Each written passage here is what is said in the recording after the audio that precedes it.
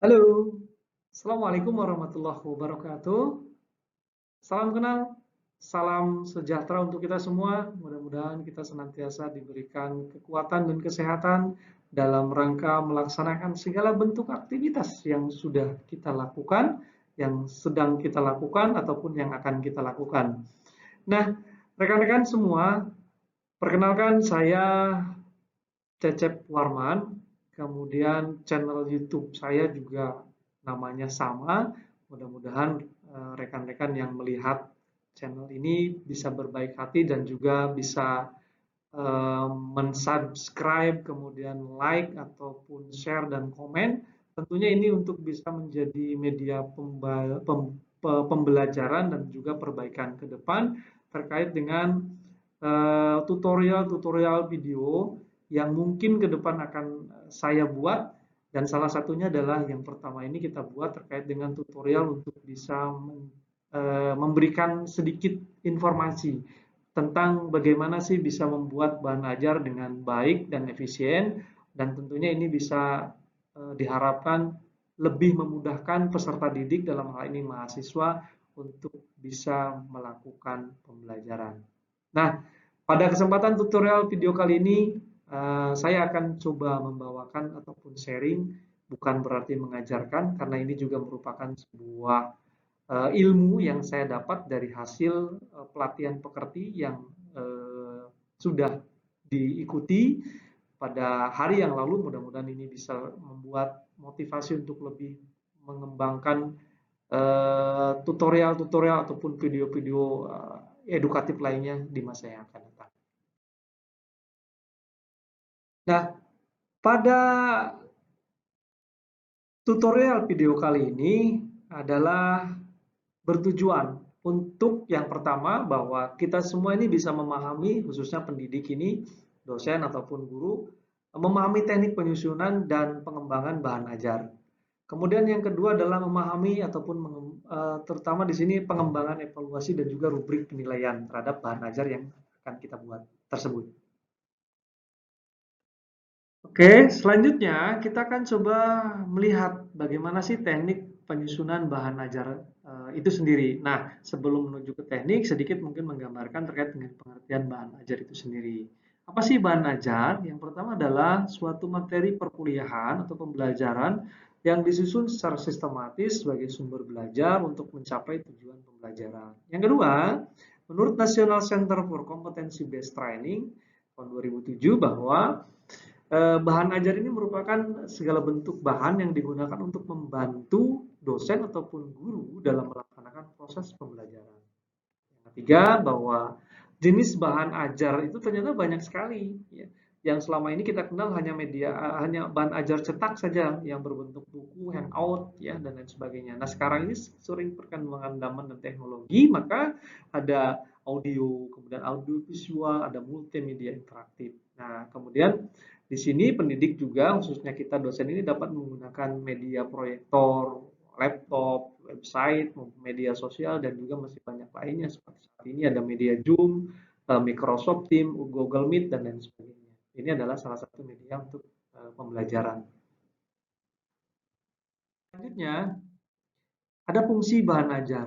Bahwa bahan ajar ini harus bisa mempunyai fungsi-fungsi. Ya, ada beberapa fungsi, diantaranya yang pertama adalah fungsi pembelajaran klasikal, di mana bahan ajar ini merupakan salah satu sumber, satu-satunya sumber yang bisa menjadi pengawas serta pengendali proses pembelajaran. Yang kedua adalah sebagai bahan pendukung proses pembelajaran yang diselenggarakan. Kemudian yang ketiga adalah yang kedua adalah fungsi bahan ajar dalam pembelajaran individu, antara lain yang pertama adalah sebagai media utama dalam proses pembelajaran, yang kedua adalah sebagai alat yang digunakan untuk menyusun dan juga mengawasi proses peserta didik dalam memperoleh informasi. Yang ketiga adalah sebagai bahan penunjang media pembelajaran individual lainnya. Yang ketiga, fungsi dari bahan ajar adalah menjadi bahan dalam pembelajaran kelompok. Ya, ada bahan artinya di sini bahwa bahan ajar ini harus bisa terintegrasi dengan proses belajar bukan individu ya, tapi secara kelompok tadi. Kemudian ya sebagai bahan pendukung, bahan belajar utama. Ya, artinya bahwa bahan belajar utama di sini bisa menjadi pendukung proses pembelajaran, bukan hanya saja sebatas untuk dibaca ataupun disampaikan, tetapi juga harus bisa menjadi pendukung bahan belajar utama dari seorang pengajar. Oke, selanjutnya ada beberapa karakteristik bahan ajar yang setidaknya mungkin perlu kita ketahui sehingga ini nanti akan menjadi acuan untuk kita selaku pengajar dalam rangka memberikan pengajaran dan membuat bahan ajar ini kepada mahasiswa. Yang pertama adalah ada karakteristik self instruksional. Nah, dalam karakteristik ini, yang pertama bahwa bahan ajar ini dapat membuat peserta didik ini mampu membelajarkan diri sendiri dengan bahasa ajar yang dikembangkan. Artinya kita hanya memberikan instruksi secara jelas kepada mereka, kemudian nanti mereka harusnya bisa mengembangkan instruksi tersebut secara mandiri, tentunya dengan tujuan yang kita harapkan. Yang kedua, ada bahan ajar ini harus membuat tujuan yang dirumuskan dengan jelas. Ya, apa sih tujuannya disampaikan materi ini, kemudian pembelajaran tersebut nanti akan berimbas dan impaknya seperti apa. Kemudian yang ketiga, bahwa bahan ajar ini harus memudahkan peserta didik, ya, terutama untuk bisa menuntaskan pembelajaran secara tuntas, dan tentunya ini bahwa materi yang dikemas ini harus lebih spesifik, ya. Yang kedua ada karakteristik self-contained, ya, di mana bahan ajar ini harus memuat seluruh bagian-bagian dalam satu buku secara utuh. Jadi kalau kita ngambil bahan ajar dari buku, jangan terpotong-potong, bukunya harus secara utuh disampaikan. Ini memudahkan peserta didik untuk mempelajari bahan ajar tersebut. Yang ketiga ada standalone atau berdiri sendiri. Nah, bisa juga bahan ajar ini setelah dikembangkan itu tidak tergantung kepada bahan ajar lain. Artinya ini benar-benar mandiri, ya, bisa berdiri sendiri sebagai bahan ajar yang tentunya bisa mendukung capaian pembelajaran yang tadi diharapkan. Kemudian yang keempat ada adaptif. Nah, ini bahan ajar ini hendaknya memiliki daya adaptif yang tinggi. Ini daya serap, daya sinergi terhadap perkembangan teknologi dan ilmu pengetahuan yang saat ini mungkin tidak bisa dipungkiri sangatlah cepat. Nah, kalau tidak bahan ajar ini tidak bisa adaptif, ya mungkin pilihannya kita akan tertinggal atau diam di tempat, ya, seperti banyaknya materi-materi yang kurang kompetitif yang harusnya disampaikan secara baik, malah ini tidak baik seperti itu. Kemudian yang kelima itu harus user friendly. Nah, bahan ajar ini harusnya hadir untuk bisa menimbulkan semangat dan motivasi, ya. Jadi bukan hanya memberatkan, bahan ajar ini harus bisa memberikan motivasi kepada si mahasiswa kita tersebut. Bahwa bahan ajar ini terdapat beberapa jenis, ya. Di antaranya adalah yang pertama bahan ajar tidak diproyeksikan seperti foto, diagram, display, dan juga model. Yang kedua, bahan ajar yang diproyeksikan sebagai slide, film strip, overhead, transparan, dan proyeksi komputer. Kemudian ada bahan ajar berbentuk audio diproyeksikan, maksudnya jenis-jenis bahan ajar. Kemudian ada bahan ajar video, kemudian bahan ajar media. Dan yang selanjutnya adalah kelompok dari sifat bahan ajar itu sendiri. Ada yang pertama ada bahan ajar berbasiskan cetak, kemudian bahan ajar berbasis teknologi, kemudian bahan ajar yang digunakan untuk praktek ataupun proyek seperti kit sains, lembar observasi, dan lain sebagainya. Kemudian ada bahan ajar yang dibutuhkan untuk keperluan interaksi manusia, terutama dalam pendidikan jarak jauh, misalnya ada telepon, telekonferensi, dan lain sebagainya. Saat ini teknologi seperti ini sudah tidak asing lagi digunakan, apalagi dengan media pembelajaran yang bersifat daring. Kemudian ada dua kelompok besar, ya, bahan ajar yang bisa kita ambil, ya, dalam hal ini dalam membuat pembelajaran atau bahan ajar kepada mahasiswa atau peserta didik kita. Yang pertama adalah bahan ajar cetak. Ya, di sini meliputi buku, modul, handout, dan lembar kerja. Kemudian yang kedua ada bahan ajar non cetak. Nah, salah satunya adalah media pembelajaran secara daring, ya, melalui audio visual dan lain sebagainya. Saat ini banyak sekali. Kemudian ada teknik penyusunan bahan ajar. Nah, beberapa teknik ini mohon juga menjadi perhatian kita selaku pendidik agar pada saat menyusun bahan ajar ini bisa bernilai efektif tentunya kepada peserta didik kita atau mahasiswa. Ya, judul atau materi yang disajikan dalam bahan ajar itu harus memuat ya, kompetensi dasar atau materi pokok yang dicapai peserta didik kita. Yang kedua adalah dalam menyusun bahan dasar atau bahan ajar cetak ini setidaknya ada 6 hal yang perlu diperhatikan oleh kita semua. Apa? Yang pertama adalah susunan tampilan bahan ajar. Kemudian yang kedua, nah ini meliputi juga ada aspek susunannya sendiri. Ya. Kemudian yang kedua adalah bahasa yang mudah dipahami. Kemudian mampu menguji pemahaman kepada peserta didik kita. Kemudian adanya stimulan seperti menarik untuk dilihat, serta tulisan yang atraktif ya dalam bahan ajar tersebut. Yang kelima nyaman untuk dibaca, kemudian yang keenam ada materi yang sifatnya instruksional ya. Artinya di sini menyangkut pemilihan teks, kemudian bahan dan juga bisa berbentuk worksheet. Kemudian kenapa sih bahan ajar ini perlu juga dikembangkan ya? Hal ini tentunya adalah untuk menyediakan bahan ajar yang sesuai dengan tuntutan kurikulum. Ya, saat ini kurikulum yang digunakan adalah kurikulum yang terbaru yang di dalamnya mencakup beberapa poin yang kalau ini tidak dibarengi dengan bahan ajar yang baik, yang efektif, maka mustahil kurikulum yang sudah ditentukan tersebut akan tercapai dengan baik. Kemudian yang kedua adalah menyediakan bahan ajar dengan mempertimbangkan kebutuhan peserta didik. Yang ketiga adalah membantu peserta didik untuk memperoleh alternatif dalam bahan ajar selain buku teks yang sulit diperoleh. Yang keempat, memudahkan dalam melaksanakan pembelajaran.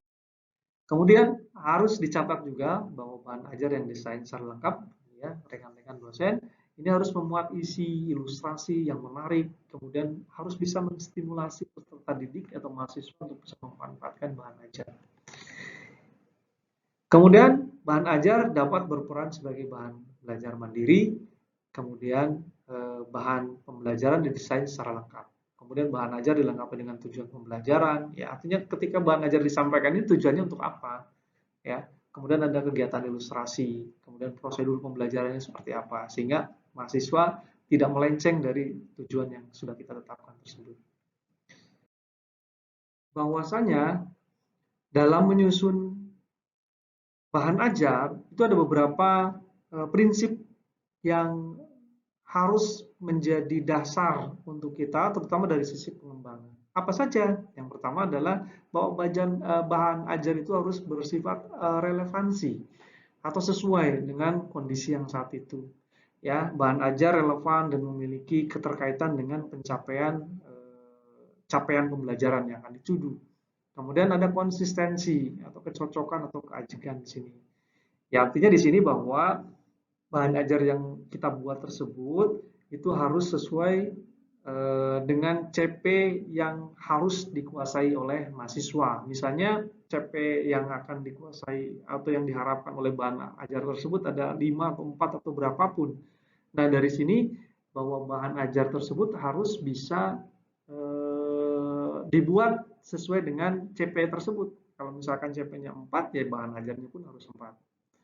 Kemudian yang ketiga, prinsipnya itu harus adekuasi. Jadi di sini harus adanya kecukupan. Maksudnya cukup memadai dalam memberikan pemahaman mahasiswa untuk bisa menguasai CP yang diajarkan, CP yang diharapkan tersebut. Ya, artinya medianya benar-benar cukup gitu untuk bisa mendukung dan juga mencapai adekuasi yang tadi diinginkan.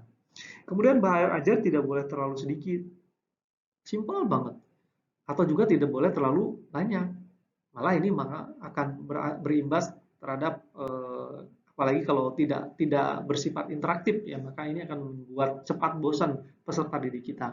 Jadi ketika pembahasan ajar ini diberikan disampaikan, hendaknya ada interaktif yang terjadi di dalamnya sehingga tidak hanya monolog ya, dalam hal ini adanya saling interaktif bisa membuat suasana ruangan kelas ataupun lainnya bisa menjadi semakin hidup. Kemudian ini yang perlu dilakukan oleh kita, yaitu langkah pemilahannya. Yang pertama adalah ketika kita membuat bahan ajar ini harus bisa mengidentifikasi capaian pembelajaran yang menjadi acuan untuk rujukan pemilihan bahan ajar tersebut. Ya, jelas ini harus diperlukan. Ketika kita menentukan mengidentifikasi CP, capaian pembelajarannya apa.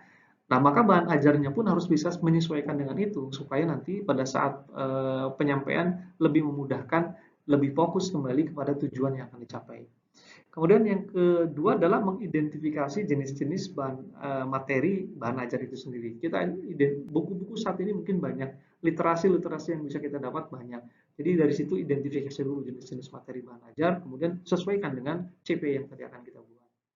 Kemudian yang ketiga adalah memilih bahan ajar yang relevan dengan CP yang telah teridentifikasi. Jadi ketika CP tersebut materinya sudah diidentifikasi sesuai dengan CP, ya. Kemudian dari poin kedua tadi adalah adanya identifikasi jenis materi. Kemudian nanti di sesi berikutnya di langkah ketiga ini adalah memilihnya bahan yang relevan dengan CP. Jadi dari poin satu, kita sudah mengidentifikasi CP-nya. Kemudian yang kedua, mengidentifikasi jenis-jenis materinya. Apa saja nih materinya akan kita sampaikan. Nah, kemudian setelah ada bahannya baru dipilih yang kira-kira relevan dengan CP yang telah teridentifikasi tersebut. Kemudian baru kita memilih sumber bahan ajarnya. Kemudian ruang lingkupnya, nah ini satu hal yang paling penting bahwa bahan ajar itu harus memiliki ruang lingkup, yaitu ada keluasan, artinya keseluruhan mencakup tujuan dari pembelajaran itu diberikan kepada peserta didik atau mahasiswa. Kemudian ada juga kedalaman, artinya kedalaman di sini adalah menguji sejauh mana mahasiswa peserta didik kita itu mengerti dan juga memahami terkait dengan pengajaran yang perlu kita sampaikan dengan penguasaan tentunya kita bisa melihat kedalaman ataupun pemahaman dari mahasiswa atau peserta didik kita dengan memberikan semacam kuis atau lainnya untuk bisa melihat sejauh mana penguasaan materi yang sudah diserap oleh mahasiswa kita tersebut. Dan ini adalah urutan bahan ajar. Yang pertama ini harus bersifat pendekatan prosedural ya. Di sini harus menggambarkan langkah-langkah secara urut sesuai dengan langkah lain yang melaksanakan suatu tugas. Artinya ketika bahan ajar disampaikan bab 1 itu harus ada langkah-langkahnya. Ya. Secara urut bab 1 mempelajari A, B, C dan lain sebagainya. Kemudian C, D, E dan lain sebagainya. Kemudian yang kedua adalah adanya pendekatan hierarkis. Nah, ini menggambarkan urutan yang berjenjang ya, dari misalkan pemahaman secara awal, pengertian, kemudian ruang lingkup. Nah, baru disampaikan ini loh materinya, yang mudah ke yang sulit atau sebaliknya dari yang sederhana ke yang kompleks. Jadi ada saling ketersinambungan di dalam menyampaikan materi berdasarkan pendekatan hierarki pembelajaran ini.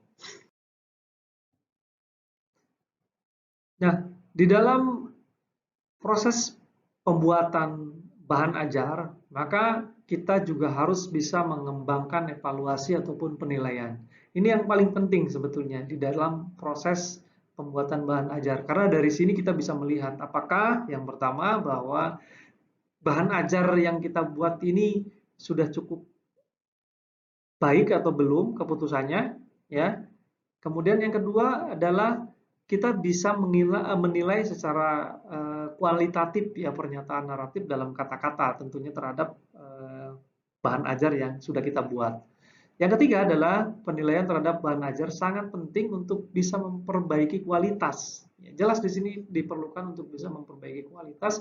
Ketika ada kekurangan, maka disitulah kita harus memperbaiki sehingga bahan ajar ini bisa menjadi lebih berkualitas dan tentunya menjadi bahan atau sumber belajar peserta didik ini dapat menunjang keberhasilan pembelajaran tadi. Misalnya ada CP-nya 4, maka media bahan ajar ini harus bisa menunjang ya pencapaian 4 CP yang tadi disampaikan di awal. Dan penutup, bahwasanya pengembangan buku bahan ajar harus sesuai dengan kurikulum dan dinamika yang ada. Sehingga evaluasi buku atau buku ajar atau bahan ajar ini sangat mutlak diperlukan untuk menghasilkan desain bahan ajar yang baik sehingga akan meningkatkan kualitas pembelajaran dalam mencapai capaian pembelajaran lulusan. Ya, Mudah-mudahan ini sangat bermanfaat. Terima kasih atas segala perhatiannya. Masih jauh dari kata sempurna. Mohon maaf atas segala kekurangannya. Jangan lupa like, share, and comment video saya. Mudah-mudahan ini bermanfaat dan sampai ketemu di tutorial ataupun video selanjutnya dan mudah-mudahan lebih kreatif kembali. Assalamualaikum warahmatullahi wabarakatuh.